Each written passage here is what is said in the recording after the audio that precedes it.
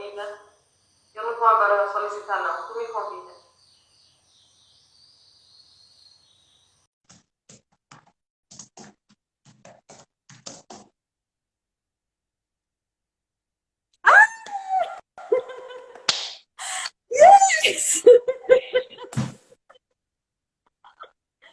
Meu Deus!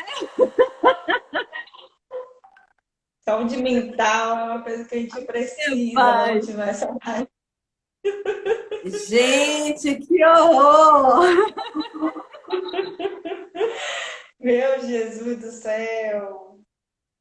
Enfim, deixa eu ver aqui, o pessoal.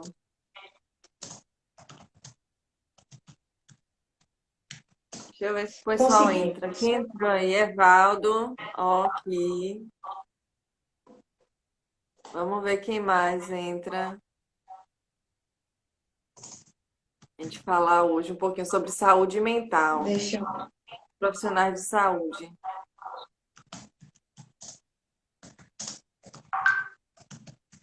Vou começar com você. Esse tempo.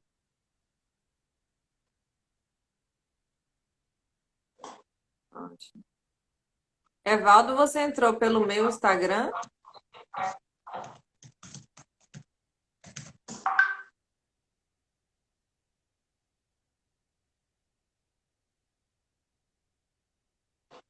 Vamos ver se o pessoal vai entrando.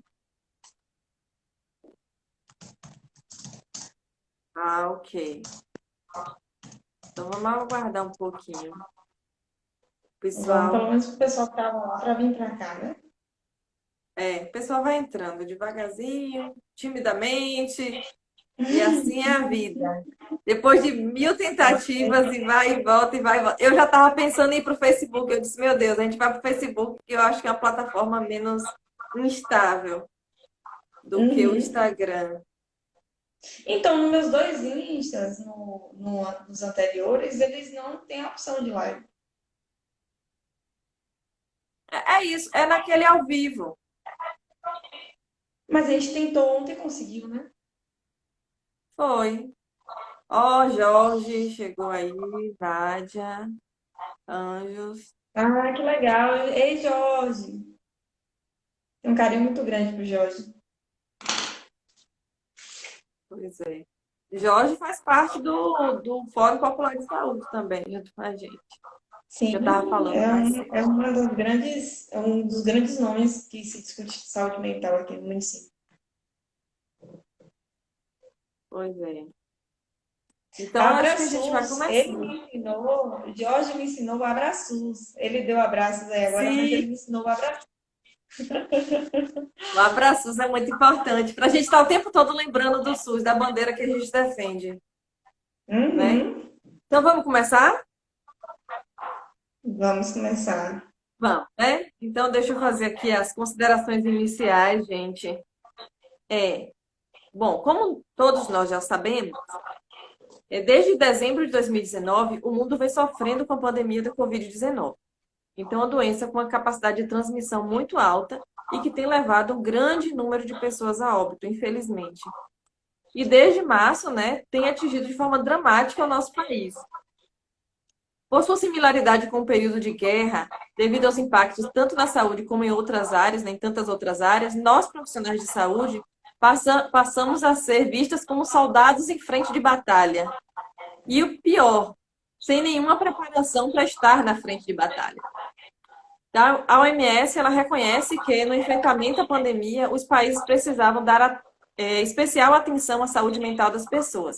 E nós chamamos a atenção para os impactos devastadores que tem acometido principalmente os profissionais de saúde, pelas questões que a gente vem enfrentando. Então, para esse bate-papo, né, eu convidei a psicóloga Keila dos Anjos Matos Silva, ela que é psicóloga do Hospital Geral Prado Valadares, atualmente atua, né, na UTI Covid, né, Keila? Não, atuo na Não? enfermaria Covid, né? Que é chamada enfermaria Covid, a sala vermelha, que a gente chama de estabilização, e a sala laranja. Pronto. Ela é especialista em saúde coletiva.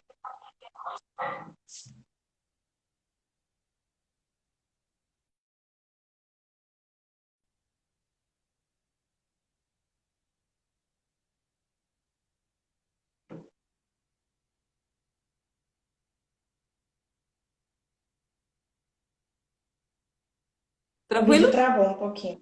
Voltou. Uhum. Sim. Foi o meu ou o teu?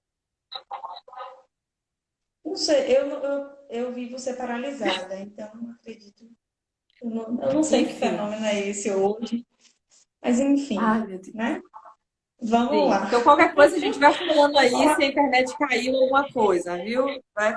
Sim, enfim, quero Vamos... agradecer essa participação por ter aceitado enfrentar esse momento comigo.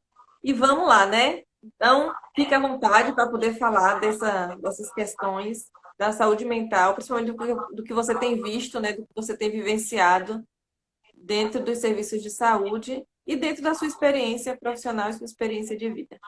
Fique à vontade. Uhum. Eu vou começar te agradecendo pela confiança, né? Que a gente chama uma pessoa para poder fazer parte de uma discussão, de uma troca de saberes, a gente tem que confiar. Então, te agradeço pela confiança, pela parceria de sempre, sobretudo na vivência ali da clínica médica que a gente tem caminhou junto por um longo tempo, né? Agora que eu mudei de setor, mas a gente caminhou por um bom tempo juntas. Vamos lá, eu vou começar falando de saúde mental, pensando um pouquinho na Organização Mundial de Saúde, né? O que que a Organização Mundial de Saúde fala sobre saúde mental para a gente? Lembrando que eu trago aí duas contribuições, que é um material chamado Suporte em Saúde Mental em Tempos de Covid, em tempos de Covid-19, que é um material que está disponível na internet, e depois eu vou fazer uma indicação no finalzinho do vídeo. Mas aí eu vou começar falando um pouquinho dessa Organização Mundial de Saúde, o que ela pensa saúde mental. Sempre que a gente fala saúde mental, a gente lembra que saúde mental na verdade, pensar em todas as dimensões do humano.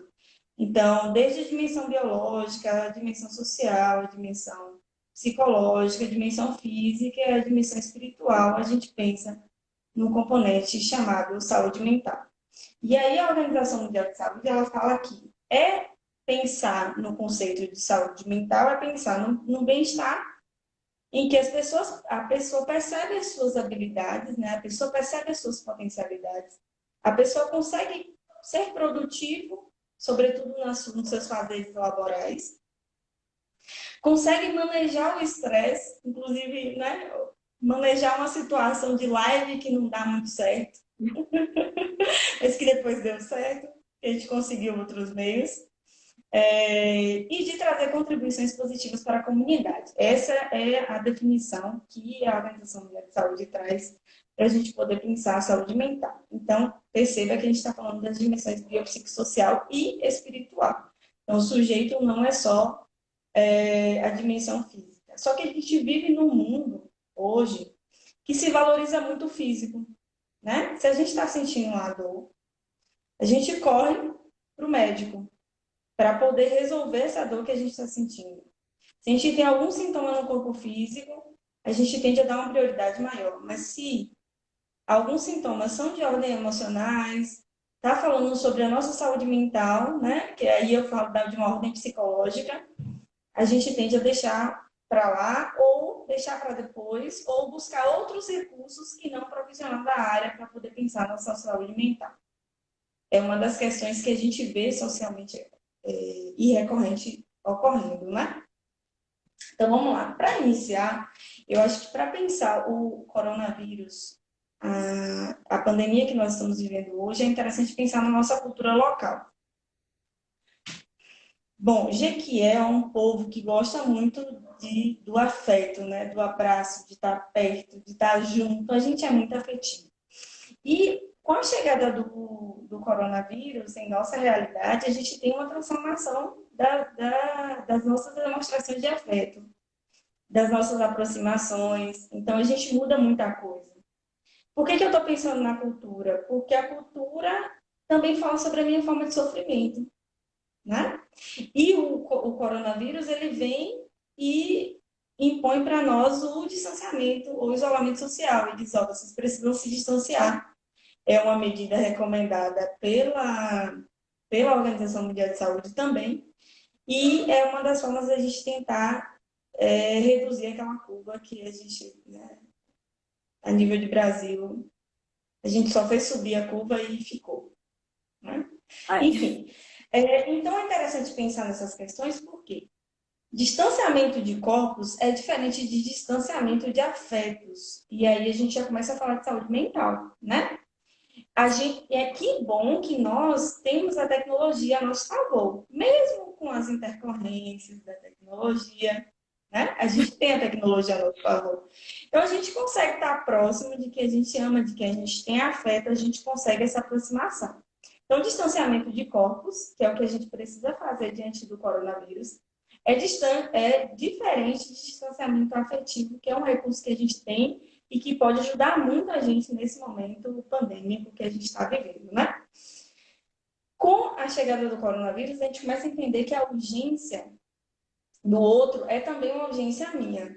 E aí, pensando nos profissionais de saúde, pensando nas nossas práticas dentro de hospitais, de unidade básica de saúde, de centro de saúde, da saúde como um todo, né? Até na comunidade, com agentes comunitários de saúde, enfim. A gente lida muito com o sofrimento do outro, né? E quanto maior esse sofrimento do outro, mais esse outro anuncia a nós o nosso próprio sofrimento, a nossa condição de finitude. Claro que eu estou a partir de uma leitura psicanalítica aí, né? Para a gente pensar o sofrimento humano. Mas eu vou começar falando um pouquinho, você pode me interromper quando você quiser, tá bom? Vou começar falando um pouquinho sobre as reações que a gente tem de maior prevalência, né, mais frequentes aí quando a gente pensa esse momento de pandemia que nós estamos vivendo. Uma das reações que a gente tem mais comum aí é o medo, né? A gente sente medo de contrair o vírus, a gente sente medo da morte, né? Porque é um vírus que tem apresentado, eu não vou falar números, mas eu vou falar pessoas, né? Muitas pessoas têm morrido pelo vírus. E a gente tem medo da perda de entes queridos, a gente tem medo dos estigmas e da exclusão social, principalmente por sermos profissionais de saúde. A gente sente isso de uma forma mais pesada, no sentido de que as pessoas tendem a ter um estigma maior de que a gente pode ser os potenciais transmissores, quando na verdade qualquer um pode transmitir, né? Quando na verdade a gente tem casos e mais casos de profissionais que tomaram todos os cuidados possíveis, mas foi o cônjuge e o parceiro que estava lá fora, que estava em outro serviço, que se infectou primeiro, né? E eu não estou Ok, pensando no lá. processo de... Ah, E essa história de da pessoa se afastar, né, ter todo um cuidado e acabar se contaminando a família, tem histórias de profissionais que saíram de casa, né, para que não contaminasse a família. E ela não se contaminou, mas a família toda se contaminou. Então, um outro processo, né? As pessoas se contaminaram de outras formas, enquanto você estava ali, você saiu de casa, abandonou o ambiente familiar para proteger e acabou as pessoas se contaminando do mesmo jeito. sim. Então, todos esses medos existem, né? O medo, ele não é uma coisa tão ruim assim. O medo, ele deixa a gente em um certo estado de alerta. O medo, ele é ruim e prejudicial à nossa saúde mental quando ele passa a ser um medo exagerado. Quando a gente começa a poder ser paralisado diante de um medo, né? Diante da sensação de medo. Ou paralisado, ou deixar de ter a funcionalidade ou as reações que a gente teria normalmente se não fosse o medo exacerbado, o medo em grande escala. Uma outra reação que a gente pode ter e que a gente tem verificado nesse momento pandêmico é a irritabilidade. A gente tem estado mais irritado, né? Até porque mexeu um pouco com a nossa rotina, mexeu um pouco com a nossa forma de ser. Existe um aumento exacerbado do estresse e uma especificidade no trabalho. A gente já sabia que tinha que usar os equipamentos de proteção individual, né? Mas hoje a gente lida com um vírus que a gente sabe muito pouco. E o que a gente sabe, somente daqui a um tempo a gente vai ter a certeza de que o que a gente sabe é realmente o que sabemos. Porque ainda está em estudo, porque ainda está em descoberta, né? E o sentimento de impotência. A gente vive o sentimento de impotência e isso acaba acaba estando relacionado aí com a gente, com a inexistência da cura até o momento, com as mudanças constantes que a gente tem de informações, né? Uma semana a gente tem umas informações, outra semana a gente já muda um pouco. Eu lembro que no início, em março, quando chegou no Brasil, a primeira discussão que a gente teve sobre essa questão do tempo de incubação do vírus era de que durava 14 dias. Hoje a gente já pensa de uma forma totalmente diferente, né? De 3 a 5 dias o vírus já pode ter aí os primeiros sintomas, mas inicialmente a gente pensava que era esses 14 dias, né? Que se ficava assim os 14 dias e depois as coisas foram mudando.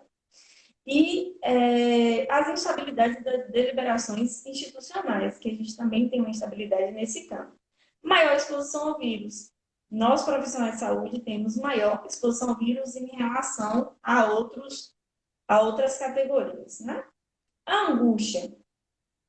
A gente pode pensar a angústia enquanto uma insuficiência de informação, né? Ou angústia e ansiedade, eu vou trabalhar os dois juntos. Ou quanto um exagero do acesso a informações negativas. Então, tanto o exagero a informações negativas pode ser prejudicial na saúde mental, quanto a insuficiência das informações, né? As informações de forma muito mínimas, ou quase nada, ou nada. Então, o ideal, a gente vai ver nas estratégias de enfrentamento, que o ideal é que a gente tenha, que a gente consiga melhorar o nosso acesso a fontes seguras e a momentos pontuais, para que a gente esteja informado, em uma informação que é necessária, mas para que a gente não crie aí uma angústia pelo excesso ou pela falta dessa informação. A angústia também pode advir do momento em que a gente está em constante vigilância, pelo medo da contaminação, pelo medo de contaminar, de estar contaminado e transmitir, né? Eu acredito que uma das coisas que mais passa na cabeça dos profissionais de saúde é: será que eu estou contaminado e estou na fase de incubação? Eu acredito que todos os profissionais de saúde já pensaram nisso. A gente já anda assim, né? As pessoas pensam assim, Já ah, andam vamos, preocupados. as pessoas falam, vamos fazer o teste. Eu disse, bom, o teste. E se a gente vai na fase que o teste ainda não detecta? Então, vai ser sempre essa bola de neve, porque a gente vai estar sempre com medo, sempre pensando se é possível que o teste não detecte. Então, se der positivo, ok, deu positivo. Mas se der negativo, É. E aí tem o sentimento de tristeza, né? A tristeza, ela pode vir do isolamento social. Culturalmente, a gente é do afeto, a gente é do abraço, a gente é do estar perto, do estar grudado, né? Tanto que eu acho que Jequé tem uma dificuldade para entender o isolamento, o distanciamento social, uma dificuldade séria, né? Inclusive. Então, a tristeza pode advir do isolamento, para quem consegue cumprir esse isolamento, se sentir de fato só, distante dos seus familiares, distante dos seus amigos, por entender que é uma necessidade do momento e que a gente tem realmente que estar de isolamento e distanciamento social. Pelas perdas, a gente sabe que muitos familiares tiveram, né, grandes perdas. A gente também sabe que não só familiares, mas um vizinho, alguém próximo, ele pode nos afetar de uma forma significativa. Por que eu falo isso? Algumas pessoas podem dizer assim, mas os números, a quantidade de pessoas que têm morrido não nos afeta? Afeta. Mas quando é próximo, né? Quando é seu João, que mora ali na esquina, parece que está mais próximo de mim. Eu sinto de uma forma mais próxima, seria isso. E o sentimento de desamparo, de solidão, de capacidade reduzida, porque você está ali vivendo essas situações. A níveis comportamentais, a gente pode ter, nesse período, uma alteração do apetite, né? Ou a gente quer comer tudo dentro de casa, ou tratou. a gente perde totalmente essa vontade de comer, né? A questão do sono também, ele pode ser alterado. Tem pessoas que podem estar dormindo mais, bem mais, né? que a gente pode até pensar numa fuga ou algo dessa natureza. E tem pessoas que não estão dormindo, estão com o quadro de insônias. Conflitos interpessoais, lembra que a gente falou do aumento do estresse? Conflitos interpessoais, sobretudo no trabalho, podem existir a partir dessa vivência que nós estamos hoje. Então, no nosso trabalho hoje, podemos ter mais sobrecarga, né? Porque colegas vão ser afastados, o afastamento geralmente dura 14 dias, pode durar mais, a depender de alguns casos. Então, a gente pode ter conflitos interpessoais dentro do ambiente de trabalho. O aumento também de atos agressivos, sobretudo no mês que a gente estava falando do agosto, né? Agosto lilás, a gente estava no agosto lilás e a gente está no setembro amarelo, mas no agosto lilás a gente discute a violência contra a mulher, né? E a gente fala assim que o sujeito que não é violento não vai violentar. Mas o sujeito que é violento, que vai conviver com essa mulher, possivelmente vai aumentar a exposição dessa mulher à violência, né? E aí esses atos agressivos são um dos indicativos de comportamentos que podem ser maiores expressados nesse período, né? Violência, atos compulsivos, letargia ou agitação, né? A letargia é uma das coisas que as pessoas perguntam muito, a categoria psicológica, e muitas coisas que eu tenho assistido e acompanhado. E a procrastinação, né? Eu estou em casa e estou procrastinando muito. Eu acho que uma pergunta que a gente precisa fazer é: isso está te incomodando? Né? Primeiro, se isso está te incomodando, então sim, a gente precisa pensar em uma estratégia, talvez pegar um caderninho aí, se planejar, se organizar, para a gente conseguir lidar com a procrastinação de uma forma mais organizada, pensando em uma rotina, né? Já que a gente achava que a rotina era tão chata e hoje, diante da pandemia, que desestrutura a nossa rotina, a gente vê o quanto estruturante é a nossa rotina. Agitação ou crise de pânico. Algumas pessoas podem ter crise de pânico e algumas crises de pânico que têm chegado até a mim de relatos profissionais têm vindo do excesso de informação. Então, você fica ali acessando o WhatsApp, acessando o Instagram, acessando a televisão e só notícias ruins, só notícias ruins, só notícias ruins. Sobretudo da tua categoria profissional, né? X profissionais morrem de coronavírus. Então, isso tende a nos afetar mesmo. E aí a gente pode desenvolver aí uma crisezinha de pânico, você que nunca teve, você vivenciar essa crise nesse período de pandemia. Vamos lá. Eu vou entrar agora, então, nas estratégias de enfrentamento. Eu fiz um roteirozinho para não me perder em relação àquilo que a gente vai discutir hoje, tá bom? Por isso que eu estou olhando para cá. Nas estratégias de enfrentamento, a gente tem o autocuidado. O autocuidado é essencial. É uma palavrinha bonitinha, mas que na prática dá um trabalhozinho para fazer. Porque realmente se priorizar. Muitas mães, né? Eu tô pensando nas mães porque dizem que ter um filho é ter um amor incondicional, um amor jamais visto de outra forma em outras relações, né? Mas assim, se você não se amar em primeiro lugar, se você não se cuidar em primeiro lugar, eu acho que é um pouco contraditório a gente pensar no cuidado do outro. É isso que eu tenho alertado algumas mães. Porque tem mães que vivem em função do filho, em função do cuidado do filho, e se deixam, né? É muito, é muito visto isso, né? E é uma queixa que elas mesmas apresentam para a gente, né? Então, assim, o autocuidado, pensando na nossa realidade, né? Na nossa realidade como profissionais de saúde, a gente tem a necessidade de pensar um pouquinho em descansar entre os turnos. A gente precisa priorizar o nosso descanso. Eu tenho muitos profissionais, enfermeiros, técnicos de enfermagem, eu vou botar minha categoria psicológica também, fisioterapeutas, enfim, que saem de um plantão cansativo, extensivo e vão para casa para poder arrumar a casa, para continuar trabalhando. A gente precisa tanto do descanso nos turnos dentro do trabalho, que a gente precisa fazer pequenas pausas, e é necessário, porque a gente precisa cuidar bem da gente para cuidar do outro, quanto em casa, né? A gente não pode se esquecer mas a gente vive um certo cuidado exagerado com o outro, exagerado ou até não, mas esquecidos de nós mesmos. E é isso que a gente tem que E, chamar a atenção quando se trata de autocuidado. ok, e a minha categoria é assim, a gente tem isso é incentivado desde o início desde os primórdios da profissão, esse incentivo da abnegação, né, de você abandonar, se abandonar e se entregar ao outro, né, ao cuidado do outro. O outro está sempre precisando. E às vezes a gente esquece, né, de beber uma água, de se alimentar. Eu sou a rainha disso.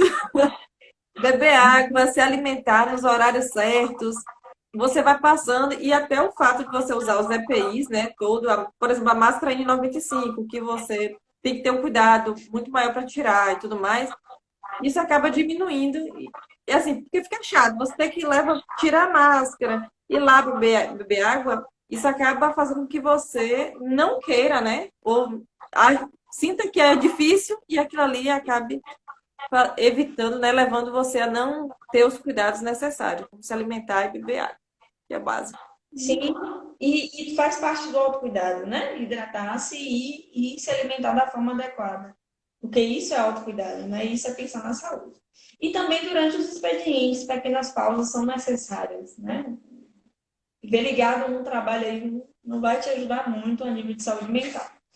Evitar atos prejudiciais. Tem muitas pessoas que, por uma questão de fuga, e aí eu já ouvi relatos também de profissionais da área de saúde e da segurança, falando sobre isso, que, por exemplo, a fuga para a bebida. Não vejo a hora de sair para beber. Só que assim, uma coisa é você fazer isso socialmente, você fazer isso porque você gosta, outra coisa é você fazer isso porque você está sentindo uma tensão muito grande e você precisa de uma válvula de escape. Então aí você recorre à bebida, só que eu ouvi relato recentemente de um profissional que falou que ele não, ele todo plantão ele saía para beber, só que ele não estava mais tendo controle em relação a isso. Nossa. Porque para ele, e aí eu entendo que ele estava vivendo ali uma fuga, né? Ele precisava fugir da realidade que para ele não estava sustentável, né? Por isso que a gente precisa pensar nesse autocuidado, né? Evitar esses hábitos prejudiciais. Tem gente que tem aumentado o consumo de tabaco e o consumo de bebidas alcoólicas nesse tempo. Conversar com colegas é muito importante. A conversa parece algo boba, mas é algo que faz muito bem, né? Fortalecer as trocas de experiências. Conversa um pouquinho com o teu colega, como é que está sendo o dia, como é que tem passado por essa experiência, se é uma experiência nova para você, troca essa experiência com o teu colega, pode te ajudar, tanto profissionalmente quanto a nível de saúde mental. Né? Então, as trocas de experiências, de conversação são importantes. Não se isole. Tem muitas pessoas que acham que eu estou falando do isolamento e distanciamento social é uma coisa. Não se isolar é no sentido de voltar para si e de não ter nenhum contato com o teu ambiente de trabalho, tentando se proteger de algo, mas na verdade você está não se permitindo conversar sobre o que você está sentindo, não se permitindo falar sobre o teu dia de trabalho com aquela pessoa que está com você ali, né? Com aquela tua colega que está no teu plantão, com os profissionais que fazem parte do teu cotidiano, né? E esse não se isolasse também vem de relatos de alguns profissionais que me falam assim, algumas pessoas da minha família têm tido alguns estigmas em relação a mim, porque eu sou profissional de saúde. Pensa, primeiro eu falo assim, é um momento que a gente vai atravessar, né? Isso vai ter um fim, a gente vai passar por isso não vai ser eterno. Mas não existe só o contato físico. É o que eu falei no início dessa live. Distanciamento de corpos, que é o que a gente pensa no distanciamento versus isolamento social, né? É diferente de distanciamento afetivo. Quando eu falo não se isole, eu falo do campo afetivo, eu falo das trocas afetivas, né? Eu falo daquilo que você pode estar próximo, porque vai te fazer bem. Né?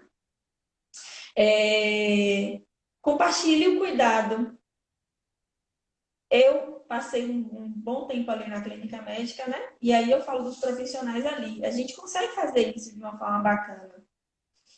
Pelo menos as trocas que eu tive ali foram interessantes.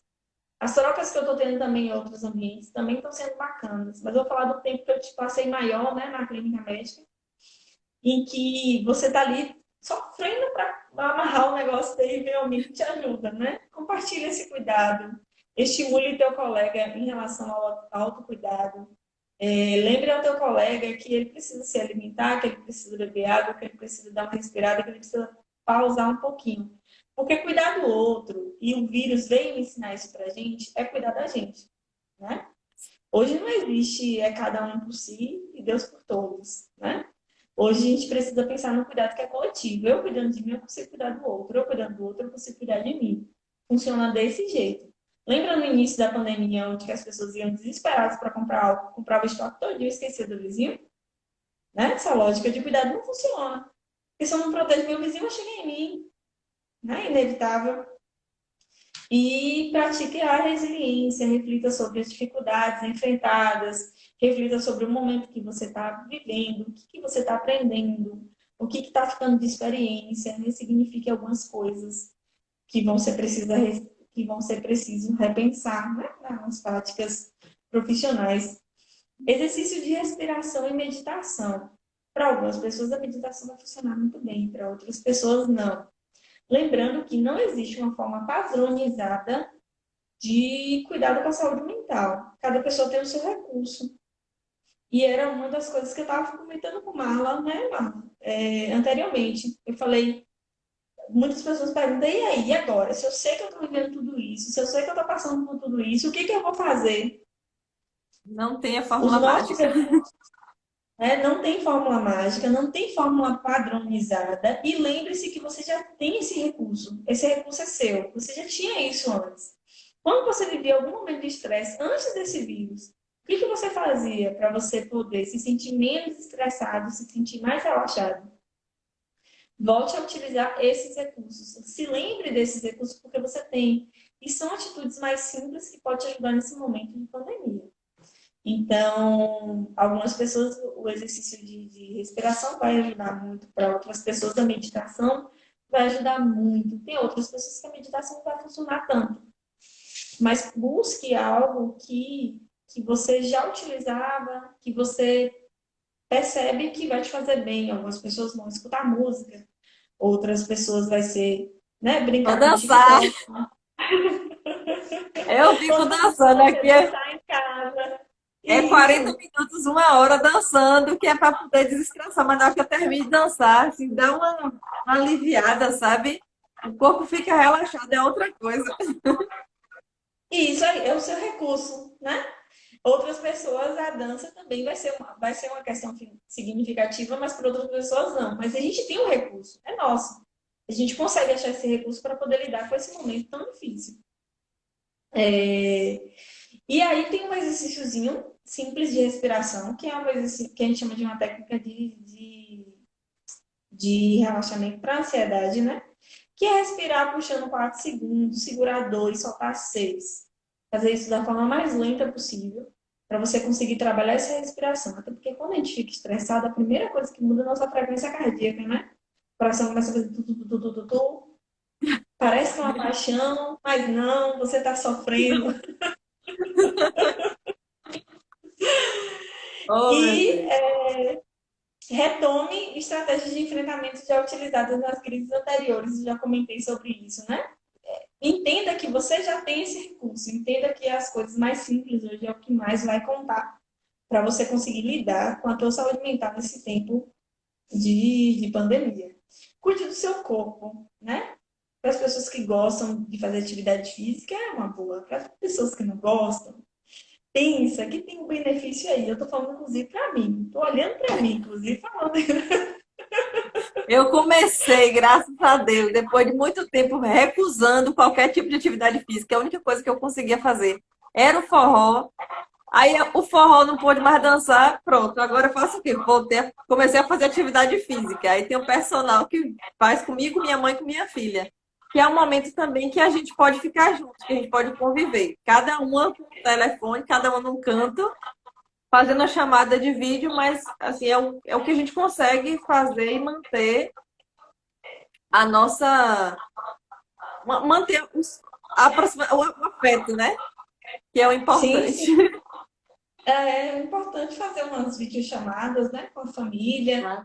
Isso é interessante.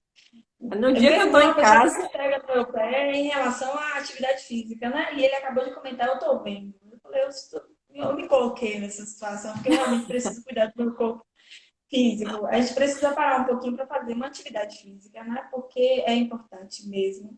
E a gente precisa colocar isso na nossa cabecinha para funcionar, inclusive. Vamos lá, evite excesso de informação. Excesso de informação é uma das coisas que a gente tem mais visto, crise mesmo, crise de pânico, porque você fica... Já vi muitos relatos, inclusive, da clínica médica, de profissionais falando isso, que quando reduziram a exposição a esse excesso, conseguiram ficar mais tranquila, conseguiram dormir melhor, conseguiram se alimentar melhor, porque não estava conseguindo fazer nada disso diante do excesso de informações. Realize atividades que produzam tranquilidade. Aí a atividade que produz tranquilidade pode ser uma leitura, pode ser uma música, pode ser uma dança, né? Pode ser um TikTok, pode ser um joguinho no celular, né? Um aplicativo que você baixe, pode ser um recurso que você pode falar. a tranquilidade, ela é muito relativa, né? Porque às vezes as pessoas acham que ser tranquilo é sempre é o silêncio. Toma por tranquilidade o silêncio, né? A calmaria. Mas nem sempre isso é a calma, é aquilo que tranquiliza a pessoa. A pessoa Netflix. Às vezes, Netflix, né? às vezes o que Uma te maratona acalma de é coisa que Netflix. gera emoção, né? Mas te acalma de alguma forma, satisfaz, né, o seu desejo, suas necessidades naquele momento. Tem gente que fala assim, o que me tranquiliza é não fazer nada. Aí eu falo, faça nada. Né? Para um pouquinho o tempo para não fazer nada. Ah, mas eu não posso porque eu tenho coisas de casa, porque eu tenho filho, porque eu tenho um papagaio, cachorro, parede, tenho um monte de coisa. Então, pensa um pouquinho que para você ter tudo isso, você precisa ter você primeiro e você precisa se priorizar. Então, você precisa começar a colocar na tua casa, né, essa ideia de que eu preciso cuidar de mim, vocês precisam me dar um tempo. Esse cuidado é meu, né? Até para que eu fique bem para cuidar dos outros, porque senão eu vou ficar super estressada e descontar em todo mundo na minha casa. Porque eu não estou conseguindo cuidar de mim, eu não estou conseguindo me dar atenção, não estou conseguindo pensar na minha saúde mental. Como é que fica? Não fica, né? Estabeleça uma rotina. A gente já falou sobre isso um pouquinho antes. A rotina, ela acaba sendo estruturante. A gente pensava que a rotina era uma coisa muito ruim, mas quando a gente se viu sem rotina, a gente se viu meio perdido, né? Sem chão. Aqui que eu vou me assegurar aí. E aí a rotina, a gente precisa pensar pelo menos em uma nova reconfiguração da rotina, né? Em fazer de forma diferente para conseguir lidar com os dias de hoje. Vamos lá. Tem pessoas que gostam, que são religiosas, tem pessoas que estão mais envolvidas com o lado espiritual, o lado da fé, o lado da religiosidade, né? Espiritualidade e religiosidade são coisas diferentes. Mas tem pessoas que estão mais envolvidas com esse lado. Se você tem esse recurso, use. Então, mantenha a sua fé, suas atividades religiosas, sua espiritualidade, caso isso já faça parte da sua rotina. Porque esse é um recurso que vai te fazer se sentir mais tranquilo, que vai te fazer se sentir melhor, e você precisa utilizar os seus recursos. Né? Voltando a Os falar, recursos. bater bastante nessa tônica, né? Precisamos utilizar os recursos que somos nós, que é nosso. Porque o vizinho fez tal coisa, deu certo, mas o vizinho não é você. Você funciona de uma forma diferente, a gente sofre de uma forma diferente, a gente sente as coisas de uma forma diferente. Tem gente que vai se afetar muito com a coisa, tem gente que não vai se afetar tanto. Tem gente que vai fugir, né?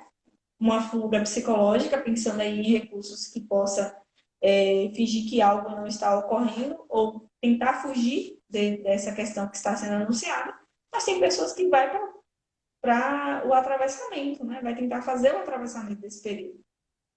Enfim, a E gente tem esses.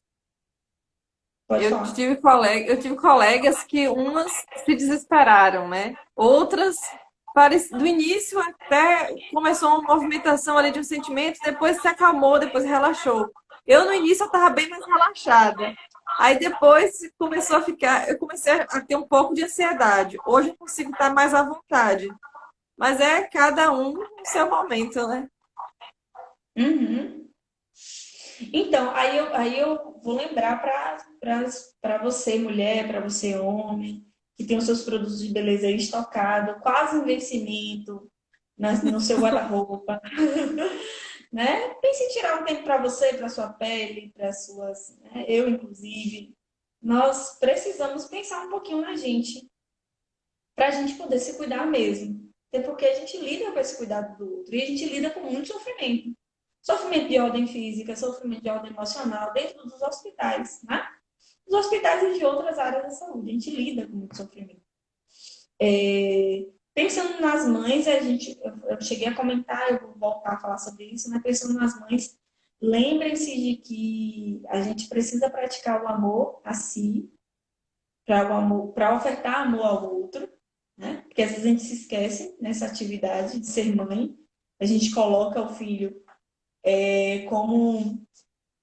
como prioridade. Ele é sim uma prioridade na sua vida, mas você tem que se priorizar, né? Tem que se colocar como amor, como uma mãe incondicional seu para si mesmo.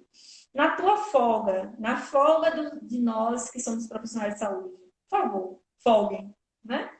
Porque às vezes eu escuto algum discurso no hospital assim, tipo, ai, amanhã eu vou lavar roupa. Eu tô de folga amanhã, eu vou lavar roupa. Tudo As bem, você quer realidades lavar são roupa, tão mas distintas, né?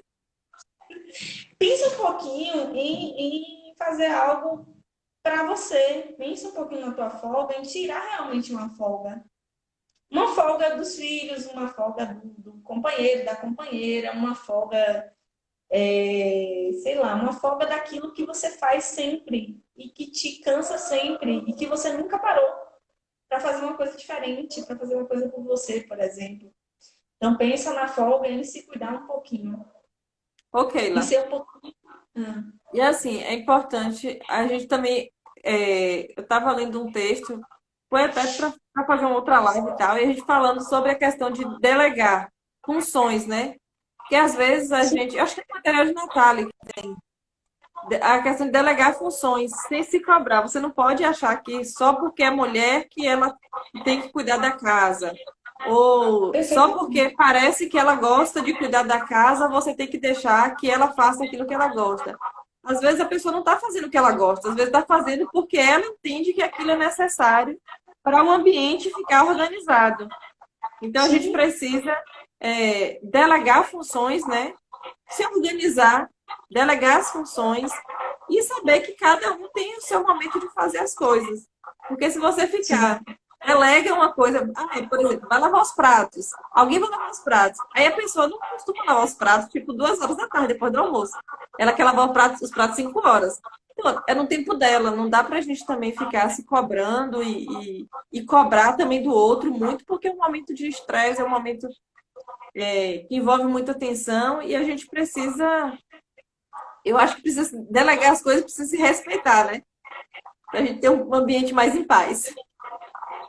Eu estava na Guarda Municipal essa semana falando também sobre saúde mental, né? E aí eu falei que a gente precisa mudar os discursos dentro de casa sobre isso que você está falando, Marlon.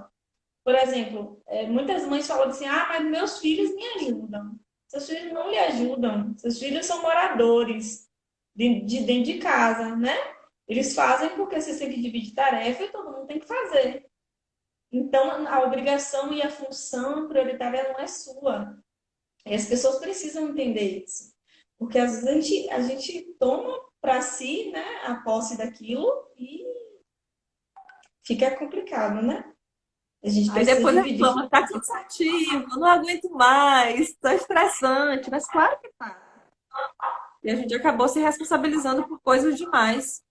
Isso. Eu, Eu Trabalha costumo, lá às e vezes, não reclama, né? porque é um trabalho, né? Um trabalho não remunerado. E a gente tem que lembrar que quem fica em casa, cuidando da casa, é um trabalho, gente. É um dos trabalhos, eu mesma, detesto. Mas é um trabalho que é chato, porque você faz, e tem, daqui a pouco tá tudo bagunçado de novo. E ainda é um trabalho não remunerado. Então, assim, é muito cansativo para quem fica em casa. É complicado. Escuta Verdade. isso, marido.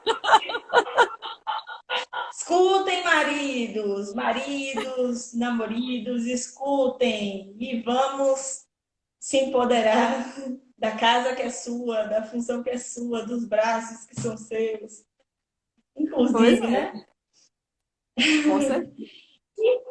Finalizando esse momento que a gente pensou das estratégias de enfrentamento, vamos pensar na sensação pós-pandemia. A gente não está ainda na pós-pandemia, mas a gente está vivendo essa sensação de que parece que as coisas acabaram, mas não acabaram, né? Mas a gente está vivendo uma certa sensação de que as coisas acabaram. E aí, Marlinha, você me perguntou ontem como a vida vai voltar ao normal, né? Como pensar a vida agora voltando ao normal? E aí é interessante a gente pensar no adoecimento. O adoecimento, ele não acontece da noite para o dia. Ninguém adoece, de repente acordei ou já acordei doente. Não, o adoecimento ele é um processo. Então ele vai ocorrendo, o corpo vai dando sinais e você chega na fase mais crítica do adoecimento. A reabilitação ou a cura ou algo que você consiga pensar no restabelecimento da vida cotidiana normal diante do adoecimento também não vai acontecer da noite para o dia. A gente pensa isso junto com nossos pacientes lá do hospital, né? Porque o paciente acha que vai sair do hospital todo 100%. Não, ainda tem um período ali que você precisa estar, né, em autovigília, né, começando mais devagar a retornar suas atividades frequentes. E aí, nesse momento em que a gente pode pensar o retorno de algumas atividades, ou o retorno, né, pensar que a gente precisa voltar com calma, pensar que a gente precisa voltar pisando no freio, né, que as coisas não vão ser de uma hora para outra, que as coisas não vão simplesmente a gente vai pegar a máscara e jogar para cima, que nem no dia da formatura que a gente pega, né, o chapéu, joga para cima, estamos formados. A gente não vai jogar a máscara para cima e falar, pronto, acabou. Não, é um processo. Então a gente vai precisar ter toda uma restrição, todo um cuidado para a gente conseguir ir voltando aos poucos. Né? E até Enfim. essa sensação, Keila, de que, de que vai desligar, né? Hoje a gente está na pandemia, amanhã a gente não está. Isso faz com que as pessoas que retornem, né? Que volte a aumentar o número de casos. Então a gente precisa abrir o comércio, ok, abriu. Mas a gente precisa manter os mesmos cuidados que a gente vinha, né? O distanciamento físico, a gente precisa continuar a máscara, higienizando as mãos. E entender que a máscara de tecido, gente, ela não é para você ficar a menos de 1 metro da outra pessoa. Porque aquela máscara de tecido, ela consiste em uma barreira física, mas é, ela não impede totalmente de passar, né, as gotículas e tudo mais. Então, aquela máscara é para você ficar no mínimo, no mínimo 1 metro de distância do outro. Então, esses cuidados a gente precisa manter e vai se manter ainda por muito tempo, né? Uhum, exatamente isso. A gente precisa pensar. E aí, a gente tem perguntas? Até agora, vi alguém falando sobre chorar. Ah, sobre chorar, interessante. Esses dias eu estava conversando com um rapaz e ele falando sobre antifragilidade. Ele era antifrágil. Vai me matar depois. Aí eu falando, cara, a fragilidade, esboçar, não sei se é esse o que vocês entendem por fragilidade, mas é o que eu entendo. Se demonstrar, se colocar num momento de fragilidade também é importante. E às vezes a gente está o tempo todo se fazendo de forte, nós somos invencíveis, mas só que tem hora que cansa, sabe? Tem hora que você fica estafado de ser forte. E você precisa mostrar sua fragilidade. Tem um livro que eu estava lendo que é Mulheres que Correm com os Lobos, que é, que é a Bíblia do feminismo, vamos dizer assim, que é um livro muito bacana. E aí ele tem um trecho que fala que às vezes as pessoas dizem assim, ó, aguente seu choro, não chore, guarde seu choro, para você não demonstrar a sua fragilidade.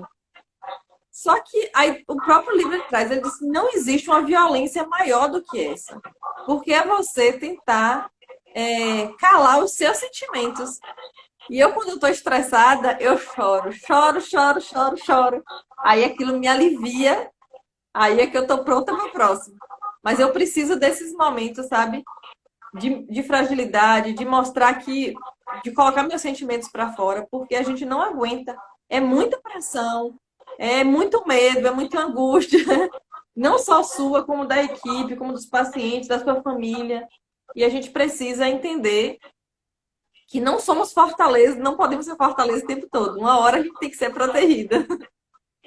Enfim, é Não, isso. e Eu acho que é chorar é terapêutico, né? E chorar é terapêutico. Então a gente precisa entender isso.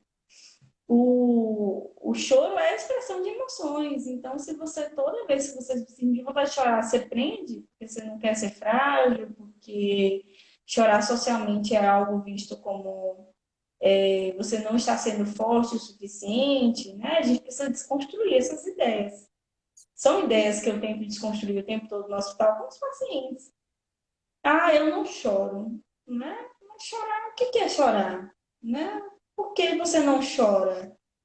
Você não chora porque você não sente vontade de chorar ou porque você não se permite chorar? Existe uma diferença, né, em relação a isso. E aí você falou uma coisa muito importante. Chorar é tão terapêutico que a gente se sente aliviado. É como aquela tempestade que chove, parece que não vai acabar, mas depois vem aquela, né, sensação de tranquilidade, a chuva passou, o sol apareceu e as coisas seguem. Eu costumo dizer que, assim, a gente está vivenciando uma perda familiar. Vamos colocar um exemplo. A gente vivencia uma perda familiar. Aí você diz, eu não tenho que chorar porque eu tenho que ser forte pelo meu pai, eu não tenho que chorar porque eu tenho que ser forte pelos meus filhos, ou algo dessa natureza. Mas, assim, primeiro, você é humano, segundo, você é familiar, né? Você é alguém desse ciclo familiar. E terceiro, ser forte é estar junto. Ser forte não é não chorar. Ser forte é estar junto. Você está junto, você pode expressar suas emoções, você pode chorar, você pode, né, se sentir fragilizado diante de uma situação de perda, porque você só vai conseguir lidar com essa emoção, com esse luto dessa forma. Você não vai conseguir de outra forma, né? Eu me lembro quando eu trabalhava no pronto-socorro, era do acolhimento e classificação de risco, e aí muitas vezes chegavam, né, mulheres, majoritariamente mulheres, chorando, normalmente a mãe, né, sendo trazida pelos filhos e pelas filhas, chorando porque perdeu alguém, porque alguém faleceu da família. E aquelas pessoas vinham na busca de fazer com que a gente desse a medicação para aliviar o sofrimento daquela pessoa. Olha que louco, né? E aí, às vezes, eu só dizia assim, ó, deixa ela chorar, porque é uma perda, isso dói tanto, gente. Então, como é que eu vou dar um medicamento e aquele é o momento de despedida? Então, assim, como é que eu vou dar um medicamento para a pessoa dormir até o outro dia? Já passou o velório, ela não se despediu, ela dormiu nesse período. E assim, como é que vai ser esse sentimento dela de que não pôde se despedir? Então, vivenciar esse luto, essa perda, o sofrimento, o choro, isso faz parte, né, da nossa vida. Não dá para sorrir 24 horas, todos os dias do ano, a vida toda. Sim, e você me fez lembrar do hospital, né? Recorrentemente a gente é chamado porque o paciente está chorando. Aí eu brinco muito com a equipe, né? Eu falo assim, vocês estão chamando porque o paciente está chorando, mas aí eu vou chegar lá e vou dizer chora mesmo. Tem que chorar. Então, sim, a gente tem que chamar para uma demanda psicológica, mas assim, recorrentemente eu vejo alguém se aproximar e dizer, não chore não, fulano está passando por uma situação muito pior do que você, e não está chorando por isso, e você está chorando. Ai, Primeiro, isso isso é muito dói. perigoso. A gente está pegando um sofrimento e colocando na balança do outro e dizendo, olha, o teu sofrimento não é digno de sofrimento. Porque tem um outro sofrimento que é maior. Gente, sofrimento é aquilo que a gente sente. É aquilo, é muito individual, é muito singular. Era da tua particularidade. Então, o que você sente é seu. Tem o teu significado. Eu costumo dizer que tem jovens que estão chorando, sofrendo, porque não passaram no vestibular. E tem gente falando, você está chorando por isso? Fulano perdeu o pai, perdeu a mãe. Gente, você sabe o sonho dessa pessoa, você sabe o quanto que ela se projetou para conseguir chegar até ali, para conseguir, para conseguir esse objetivo na vida. E aí você diz, não, não chore porque isso não é digno, né? A gente tem que ter um certo cuidado. Até quando a gente aborda alguém para acolher alguém, a gente tem que ter um certo cuidado. Porque às vezes a gente não acolhe, né? Às vezes a gente quer estar junto, às vezes você só tá junto, não falar nada. Às vezes você só tá junto para dizer assim, eu tô aqui, né? Eu tô aqui contigo. Ô, Já é Keila, muito mais eficaz do que você ficar falando essas questões, né? Sim, diga. às vezes eu costumo falar assim que a linha entre o cuidado e o maltrato e os maus tratos é uma linha muito tênue, muito, muito fininha, que a qualquer hora você pode ultrapassar. E às vezes você fica naquela ideia de que o que você está fazendo é cuidado, mas para o outro aquilo não é cuidado. Quer ver uma coisa que é relativamente simples, mas dá uma ideia do quanto é sofrido para as pessoas, que é a questão de banho, que parece uma coisa simples para mim e para você. Mas para quem a vida toda, por exemplo, toma banho de tarde, tomar um banho de manhã é um sofrimento. E aí você vai naquela ideia de que, mas é o cuidado. Para quem é o cuidado? O que é cuidado, né? O que é esse cuidado que a gente tanto fala, mas que para o outro não é. Ele não gosta daquilo, aquilo está sendo sofrido, está gerando sofrimento nele. Então, a gente tem que ter muito cuidado com isso, né? E a importância de escutar o sujeito. Primeiro que a gente não sabe escutar o outro, né? Qualquer coisa a gente está completando a frase do outro e já está dando sentido que é o sentido nosso. A gente não tem muito a habilidade de escutar o outro. Se você quer cuidar de alguém, pergunte à pessoa como quer ser cuidado, né? E escute. Principalmente nós que somos profissionais de saúde, que nós estamos lidando com sujeitos em enfermidade e hospitalizados, que já é difícil, porque você já saiu do seu, da sua rotina, do seu convívio, da sua casa, da sua cama, né, do seu banheiro, é muito difícil. Se você quer realmente ofertar um cuidado, escuta essa pessoa, né? Como é que essa pessoa quer ser cuidada, né? Não, eu sei que tem coisas que é da rotina, medicação, uma série de coisas, mas tem coisas que dá para a gente ajustar assim, dá para a gente respeitar a liberdade do sujeito, a liberdade, sobretudo, de escolha, porque ela tem que ser soberana, né? E às vezes a gente quer passar por cima disso. Ó, tem uma Enfim. pergunta aqui. Tem uma pergunta. Acho que é Jennifer Araújo. Ela pergunta assim, por que os sintomas da ansiedade assustam tanto? Enfim, eu não vejo como assustador, né? Mas eu vejo como uma expressão, a expressão de algo que você não está sustentando mais. Ou seja, ficou por um tempo ali, às vezes sem ter tido atenção, a live vai acabar. Falta 30 segundos. Poxa, já? Sem ter tido atenção, né? E daí uma hora ele vai sair, né? Enfim, falta 15 segundos, 10. Então vamos dar tchau. Obrigada. Beijos. E até a próxima live. Beijo, até a próxima. Tchau, Obrigada, tchau. gente, por participar.